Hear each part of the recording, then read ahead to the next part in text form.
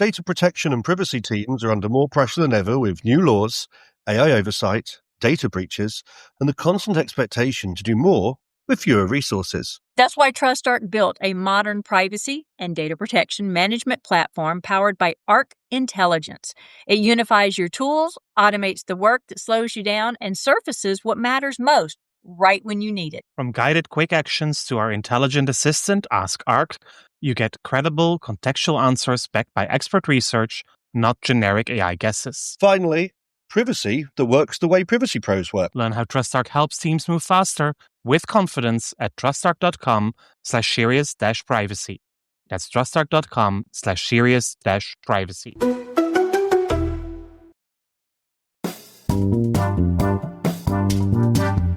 You're listening to Serious Privacy by TrustArc. Please welcome our hosts, Paul Breitbarth and Kay Royal. The creation of modern privacy and data protection laws has also sped up the creation of a new category of professionals, the privacy professional. A year after the entry into force of GDPR, the IAPP estimated that already some 500,000 organizations had appointed and registered a DPO, and that number has only grown since.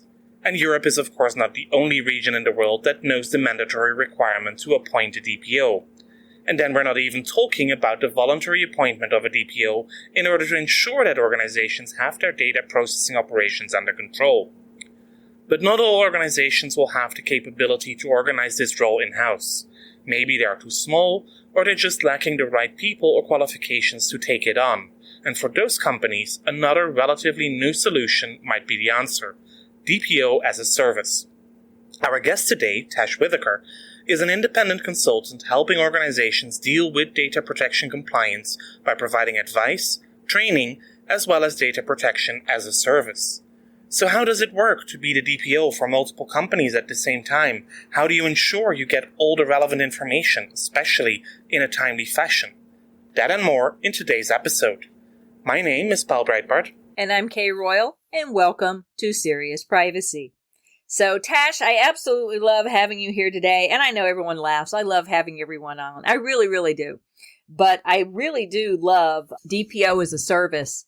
I actually thought about leaving TrustArc at one point and doing that myself. And yes, that's going to stay in the podcast because knowing that I considered that 2 years ago, or whatever, tells you how attractive the outsourced DPO, CPO role actually is and how valuable it could be. I decided not to do that, clearly. So I'm very excited to talk to someone who actually does it and see how your role has changed and what you envisioned it would be and how you manage your time, because that's been a conversation too. But before we get there, the unexpected question.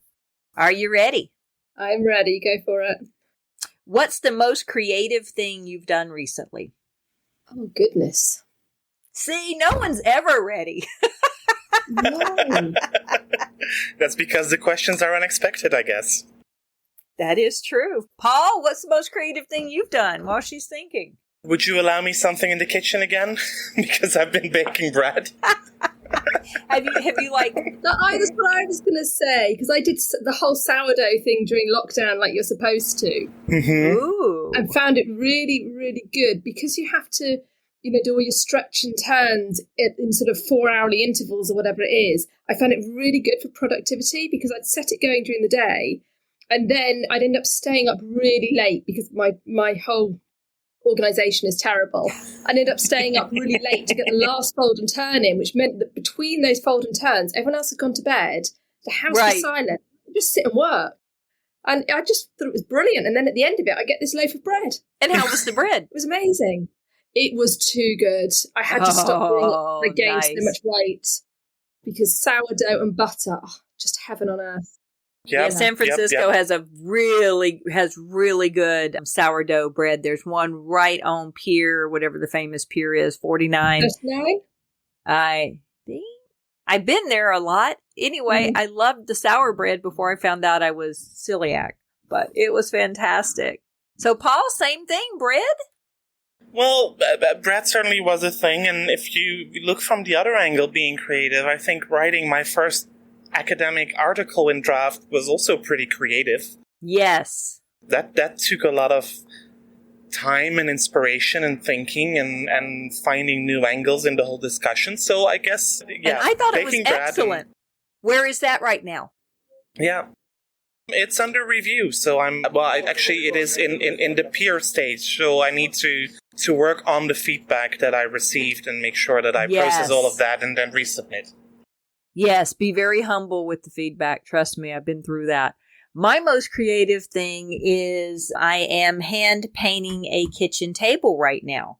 Yeah, and you are going to post a picture of that one on our LinkedIn page. You promised last week. I am, and I have finished the actual artwork now, and so I'm very excited about it. My husband actually has come around to liking it because he didn't realize that I was building in meaning to a lot of the feather work. Okay, let's talk about DPO. So I just, gave you my unvarnished absolute enthusiasm for this business model. But I usually let Paul ask the first questions, but I'm jumping right in here. What made you want to go to that model? Did you go to it early on? Did you go to it late? Has your ideas of what it was changed? Do you charge by the hour? Do you charge by the certain hours? How do you manage your clients? I just want to know everything from beginning to end. What were you thinking, Tash? What were you thinking when you did this? I'm with Paul with that question, actually. So I never intended to do it. I think initially I'd always thought it was too much risk. Right. Because how can one person from the outside influence another company? I was like, no, absolutely not. I think the first 3 or 4 companies that approached me, I said no. And then I took one on and I said, actually, this is okay. And then another one, and then another one, and then another one. And it grew from there. And what tends to happen is a lot of my project clients then turn into DPO as a service. Right. So I very rarely go in straight in as DPO as a service. It would be going into the unknown is an absolute no-no for me. I have to know the business, I have to understand the business, and I have to like the culture of the business before I would consider being DPO as a service. Now, that's one thing that that came up on LinkedIn as people were talking about. I think it was Richard Merriweather. He's a security guy, and I think he does outsource CISO and DPO. And he was talking about people he knows that take on hundreds of clients. And how can you possibly literally effectively be a DPO for hundreds of clients? Because you have to know the business. You have to know what they do and who they are, and they have to trust you and bring projects to you and all that. And I agree. I had planned out a business model based on 4-hour increments. Each client would get 4 hours a month or 8 hours or 12 hours or whatever, 4-hour increments. And so that would determine how many clients you could take because you had to give the right amount of time to each client regardless. So how do you structure it then? So I agree with you. I can't understand from the way that I work, I couldn't take on that many. I have an absolute limit. And I would say right now I am at that limit. And the reason for that is I get really involved. I'm totally in their face. But you should. Yeah, I have to. So I'm on, 15 different Slack channels. So not all of them are DPO, and those Slack channels, I'm there constantly. I'm on all their foodie channels. I'm on all their conversations. And a lot of the companies actually say they didn't realize I was only there for 8 hours a month. Right. Because I'm constantly there as far as they're concerned, and I'm watching them, and I'm, not Big Brother watching them, but I am, just absorbing the culture. And it's the first place to spot, you're up to something, hold on, did you do a DPIA for that? What is it? But it also means I'm human to them and they feel like I'm part of the team. Mm-hmm. And that's really important. Yeah. So I tend to go for a minimum of 8 hours a month. So 1 day a month, because if we're not doing that, I don't think we're doing it properly. And then occasionally some of them will go over that time. Admittedly, I'm not very good at counting the time. I've got to be honest. I'm the worst self-employed person ever to exist. Yes, why I can't actually bill as an attorney is I suck at tracking time and billing. Exactly. Yeah, the amount of free time they all get from me is just daft. But because I don't say, okay, you have 1 day a month, which means you have this Monday, you have this Tuesday. It doesn't work like that. Right. You've got to be able to work across all of them all the time, which means the context changing is just incredible. having and to you're right. I think you're right on the 8 hours. You might block it out that way in your mind, but it's a fluid 8 hours across the entire 28 to 31 days of the month.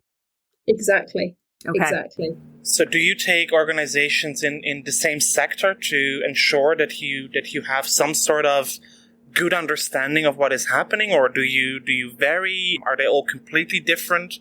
So I would love to say that I have this amazing structure built up. Oh, Tash, I'm loving you. I am loving you. You and I we would hit it off. Okay. But every client is so different. I mean, I have one client, love them, where for every 1 hour meeting I have, the first half hour is herding cats. The last half hour is really, really productive. And they probably know who they are if they listen to this. Whereas others, well, they'll just be bang, bang, bang. And so you just adapt to however that company works. And I don't insist that any company uses a particular priv tech, because I know a lot of DPOs say, if I'm going to be your DPO, you use this piece of priv tech, and they have them all on there and they can see them all. I don't do that. But what I do is any engagement I have starts off with data discovery and the creation of the ROPA. Because I think it was only about a year and a half ago, it was actually confirmed that the DPO should really be doing the record of processing, because it's the best way for them to understand how the business works. Mm-hmm. So that's always my starting point. From that, we end up with a whole load of gaps, and I work with them to address those gaps based on the priority. And the priority is different for different clients. I've got somewhere I've come in because they've had a complaint and the ICO is already breathing on them and they realise they need a DPO. I've got somewhere they just want to do the right thing. And I've got others that know that they're going to have a funding round of some sort within the next 6 months. And those three situations demand different priorities. Like, I've never done a funding round due diligence and been asked for DPIAs, ever. Mm-hmm. And now you might be. For someone looking for a big contract on something, I would be. So that changes the priority. So we have this priority list, which we slowly but surely work through. But I also measure them all against the ICO accountability framework. Nice. It would be very helpful if the ICO could stop changing it. but to be fair, I took their original version. I added all my own scoring to it. And actually, the version which they've got now, you get pretty much the same result as my one. So I've stuck with my version of it. And I measure them all against that. So we know at any point, 1 quarter ago you were at 40% overall, you're now at 60%. We aim to be at least 80. I don't aim for 100 because that's never going to be the case. Agreed. That's actually the way we run our scoring too. Is that? Yeah. It's interesting. You can't reach 100 unless you have an outside objective third party who has validated and audited you and verified that these controls are in place. And it's hard for companies to understand that. We're sorry. You can't get to 100 on self-certification because, the fox is watching the hen house here, people. Yeah. So what's your background, Tash? Data. Just pure data. So I actually did a degree in English literature. No, I love it. Mine was in psych. What was yours, Paul? Law. Of course. Boring. Yeah, mine was in psychology with it's essentially a double major in business administration. So yeah, I'm right there with you, Tash. Yeah. So originally I got into data because we lived in Wales at the time, and it was very, very difficult to get a job in Wales if you didn't speak Welsh. Most of the large organisations, you had to be bilingual. So I was getting to the point where I was struggling to get on the career ladder in Wales. So I'd been selling windows and things like that, while I was a student, as you do. And there was a job going in the job centre. So I'd spent a whole day putting televisions together in the Sony factory. And I was just like, that's it, I can't do this anymore. One day I lasted. And there was a job going in the job centre, and it paid £5 an hour, which in those days, no one paid £5 an hour. And I was like, I can't do that. That's sex lines. I'm not doing that. And then I started to get a bit desperate. So I went for an interview to discover it wasn't sex lines. It was the very first call centre in Wales. And it was updating business information for Dun & Bradstreet. Okay. So I started there and just I spent about 16 years then with Dun & Bradstreet in all various guises of information and governance and all sorts, data quality, TQM, and then moved to Cisco to do risk, again, more TQM stuff, total quality management, governance, and that sort of thing. Back to D&B to do compliance, anti-money laundering, which was my original compliance true love. Know your customer and anti-money laundering. And we'll give a shout out to Dun & Bradstreet here. Our listener knows who you are. Yeah. and then went to go and work for a law firm. I had quite a bad accident at work, which made it very difficult for me to stay in the corporate environment. So I went to go and work somewhere smaller and quieter, initially to do open source software compliance. But it didn't work out because GDPR had come along and this law firm had no one to do their GDPR. So I jumped in and you're still underwater trying to reach the surface, paddling furiously. Yeah, got my CIPPE, my CIPM, went on the Maastricht course for DPOs, which was, I have to say, the best thing I ever did for my career. Absolutely amazing. And then, I left the law firm just after a year because I didn't really fit in the law firm. I'm not a law firm person. I'm too noisy and I swear a lot. Raising the roof on this one. No, here is not a law firm person. Yep. Sorry. Yeah, I'm a little bit too rebellious for that, which is quite ironic working in compliance, isn't it? Right. Yeah, so then just started working for myself. And I think I thought I would have quite a big gap. So I started my postgrad in data protection and information governance. I think that's what it was called. Yeah, started my postgrad and then literally I finished the work on the Friday and the work started on the Monday. And so I managed to struggle through my postgrad in the evenings and the rest is history. I haven't stopped for breath since. Now, are you a one-person shop? Sort of. It's me primarily, and then as and when I need it, I take on consultants to help with some of the back-end work. So some of the building of the ropers or writing things up and this sort of thing. Nice. So yeah, I have a small network behind me.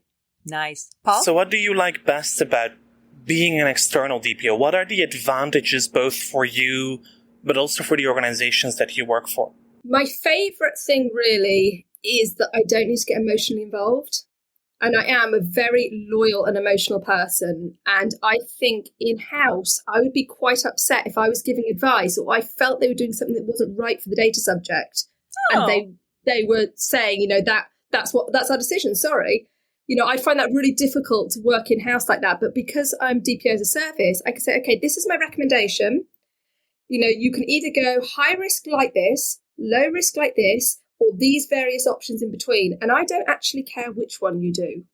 Right. Just do one of them that you can verify. I like that because a lot of attorneys that have been outside counsel and have moved in-house, that's probably the best advice that I can give them is just understand that when you're outside, you're God. Mm.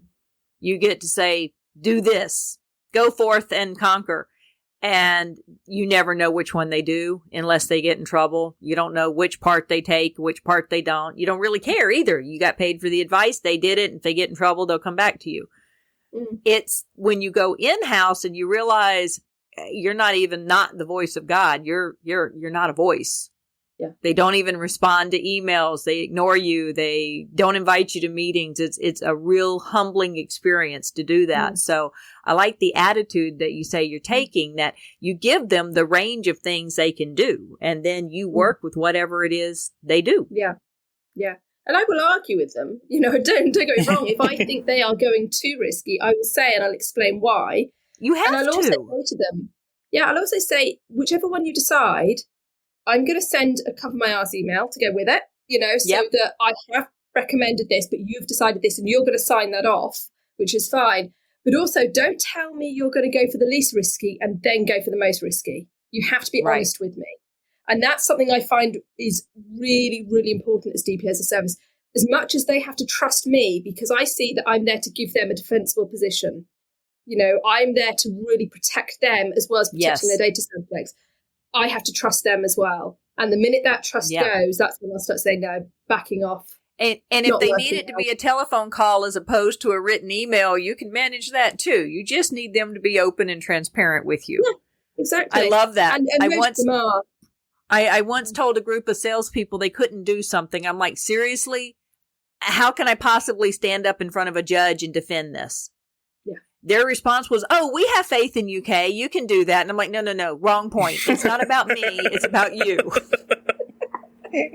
So I love that. Paul, go ahead. I know I've totally been completely like taking over this conversation here, but I'm just fascinated by it, which is why you invited her.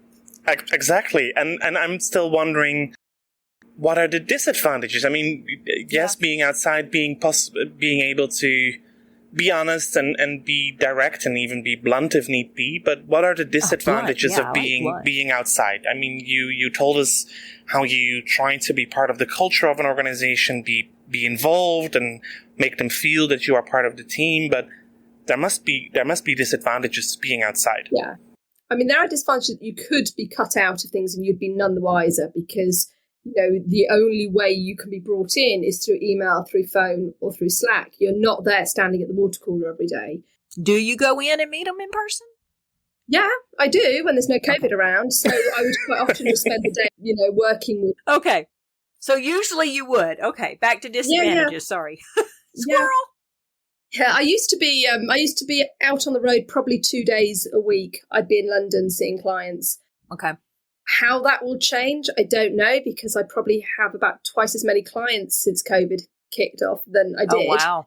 So how I will juggle that, and that's really my other point, Paul, is the disadvantages are, like I said before, the context switching, of always having to know everything about each of my businesses and be able to respond to that 5:30 Slack alert data breach. And Friday, 5:30, right? It's always on Friday. What have they done? What do I need to ask? Or if even just on every call, where everyone's up to, I see something on Slack, and I'm lucky I've got a really, really good memory. So I see something on Slack and I'll be like, that's not on your roper. Yeah. And I'll be like, isn't it? But no, I know that's not on your roper. And I've got to admit, I amaze myself sometimes, because I'm like, how do I remember that when they've got 19 or so others to be looking after as well? But that is the hardest thing, is staying on top of it all. Right. And, managing your diary as well.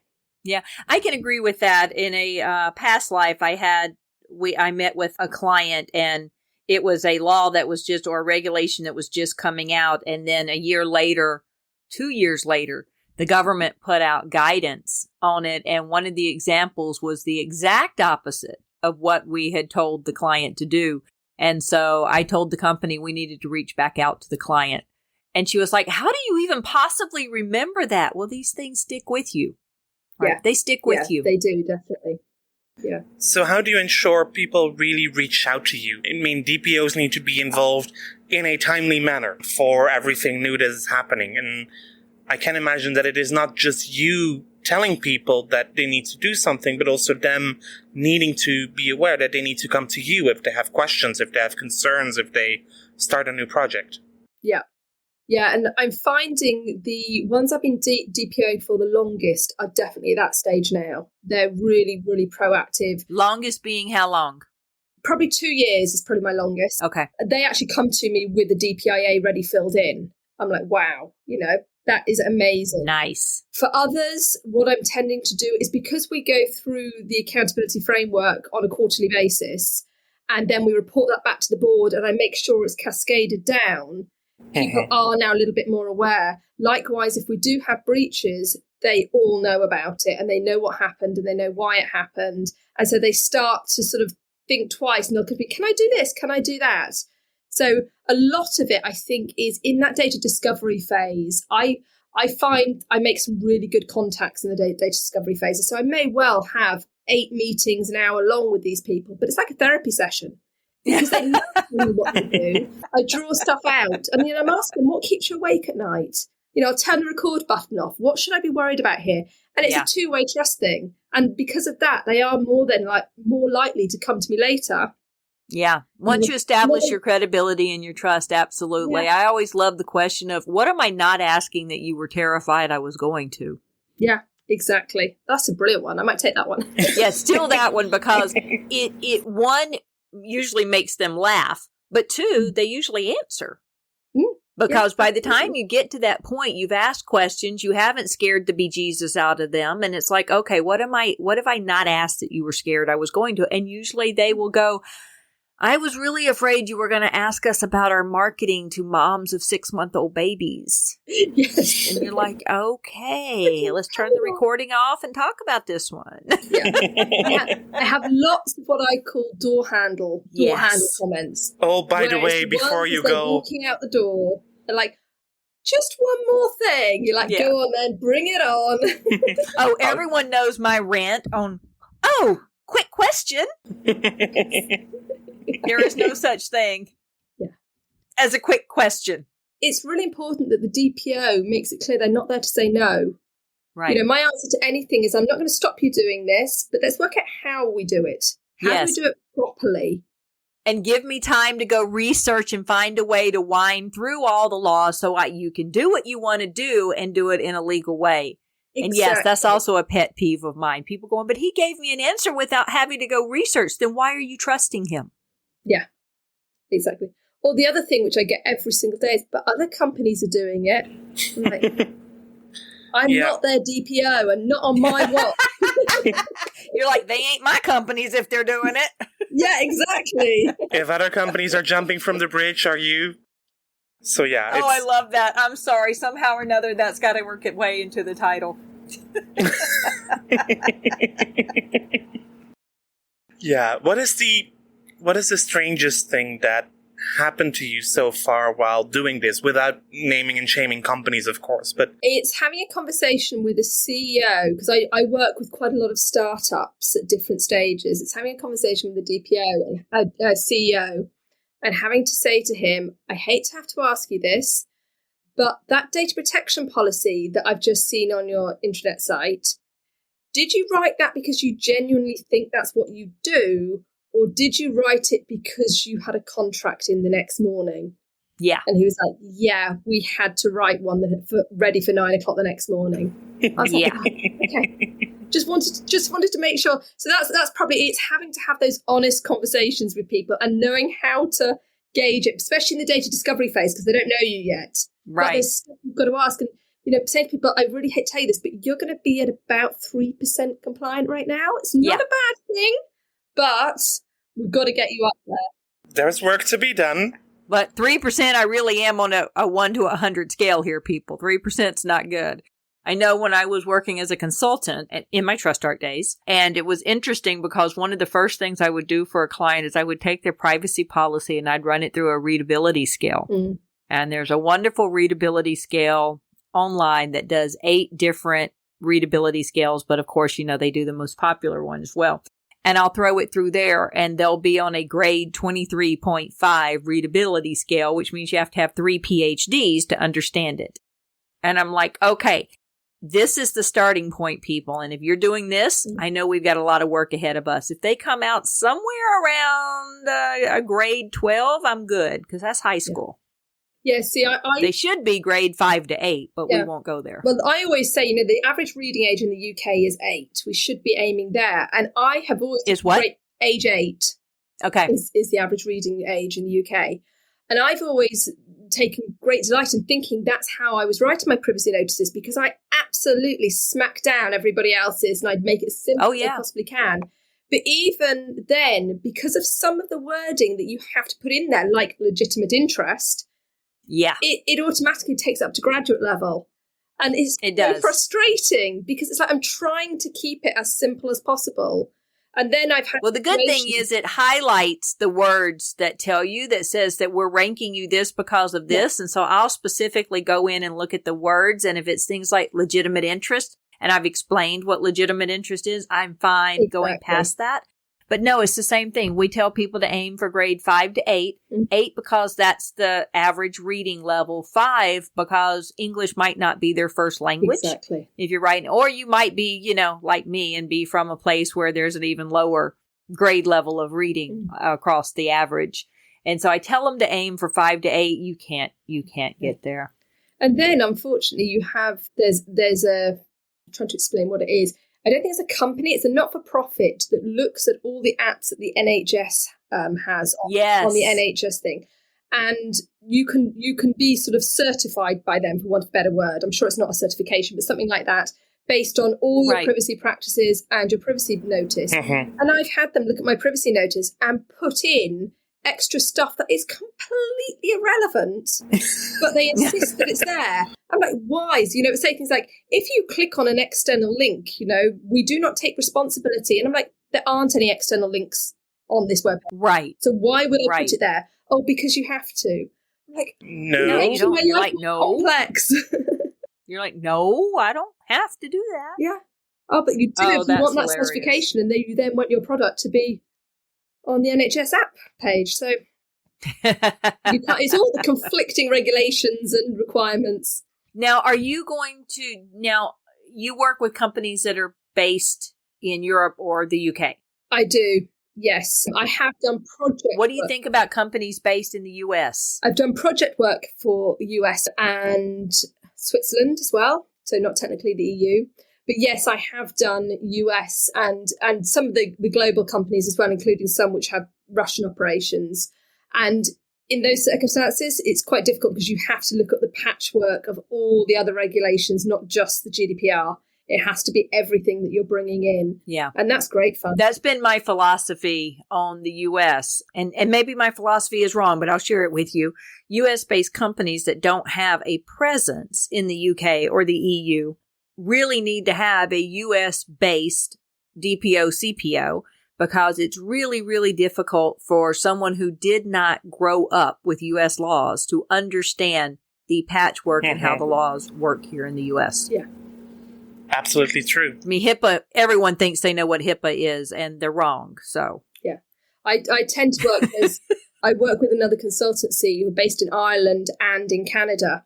And I tend to work alongside them if we're doing anything in the US, particularly around HIPAA, because I work with a lot of med techs. And if they're looking to expand into the US, it's like, do you know what? I can do it. I'm not going to. HIPAA's the thing. Yeah. I'll bring them in instead. So are you also considering doing EU representative or UK representative as a service on top of your DPO as a service? Yep. So UK representative. So I'm not doing EU representation, but UK representation. My company for that was registered yesterday, finally. Congratulations. Ooh, congratulations. So I'm still trying to find insurance for it. That's the challenge we're discovering, is because insurers don't know what it is, so they don't know how to insure it.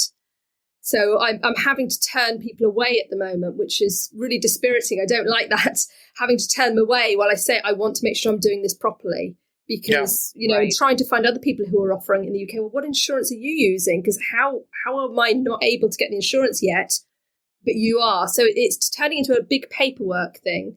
And it's never going to be profitable business, ever, doing UK rep services. But you do know other UK representatives that you can talk to. Yes. That you can find out about the insurance. Yes. Okay, good. And there's about if not, we do, but they can't be that hard to find. Yeah, it's about 3 or 4 of us all in the same boat at the moment. I think there are also EU-based companies offering UK rep services. So their insurance is covered on their side because they were already doing EU rep. So I think actually Europe is a slightly better place to be doing UK rep services than we are in the UK. As long as they have boots on the ground. Yeah. Well, this is the interesting thing. There's been a lot of debate about this as to whether they actually need boots on the ground or whether they just need a UK operating company. And the ICO's take on it so far has been, as long as they have a company registered in the UK, that's all they need. Yeah, okay, that's fair enough. But couldn't you then also register a company in the EU and get your insurance through there? Possibly, but goodness, I can't even begin to imagine how. But yes, I'm sure I probably could. Yeah. Might be the ultimate workaround. Yeah. Business 101. Come here if you want all your food instructions and your basic business insurance needs covered. We got you. We got you covered. No, that's an interesting complication that I bet a lot of people don't even really think about. Is all those standard complications. I know years and years ago when I was looking at getting insurance for being a consultant, going to work for TrustArc, they didn't understand what being a privacy consultant versus a privacy lawyer was. Mm.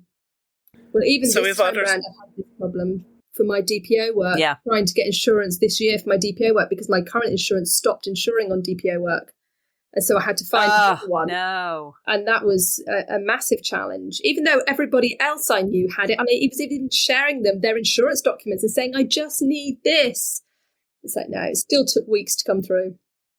What an interesting complication. So there you go, people. If you're thinking about doing it, make sure you're thinking about all your basic business needs as well. Yeah, I was going to ask if people are inspired by your stories and your experiences and also want to set up shop as an independent DPO, apart from knowing their privacy stuff, what should they be aware of? What pitholes are there to avoid? I would say the things they need to be aware of is they're going to need a network around them. That is massive, because it's really difficult being DPO as a service if you don't have people to bounce ideas off. And I'm lucky, we've got a Slack group and there's about 50 of us on there, all who do DPO as a service. And it's basically a safe place. It's, you can ask as many stupid questions as you want or bounce scenarios off people. And we know it's all Chatham House rules, and we help each other. Without that, I think a lot of us would have gone insane, because It's so difficult. Even sometimes, on a hot day, you're like, am I totally missing the point here? It must be easier than this, and you just need someone to sanity check things. Mm-hmm. So that would be the big thing. Get a network. You need to say it out loud to another person. And maybe what you're saying out loud, you give yourself the answer. But until you say it out loud to another person, you're like, I don't even know what I'm thinking. Exactly. So you need that network. It's so, so important. That would be the big thing. Don't try and do it in a silo. And don't take on hundreds of clients where you can't spend good quality time with each client per month as a DPO. Build it up slowly, very slowly, until you know what you're doing and you think you've been through it all, and then start to add to the portfolio. But no, I'd say honestly, for DPO as a service, any more than 10 DPO as a service is probably too many in my view. I love it. All right, Paul, bring us to a close. Yeah, on that note, thank you very much, Tash, for sharing all your experiences with us and inspiring, I'm sure, quite a few new privacy professionals. Thank you all for listening to yet another episode of Serious Privacy. And if you like our series, please do tell your friends and colleagues about us. Rate and review our episodes in your favorite podcast app or on your favorite podcast platform.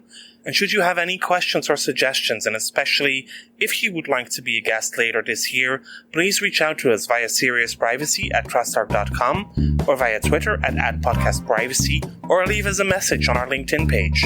You will find Kay on Twitter as Heart of Privacy and myself as Paul B. Until next week, goodbye. Bye, y'all. That was Serious Privacy.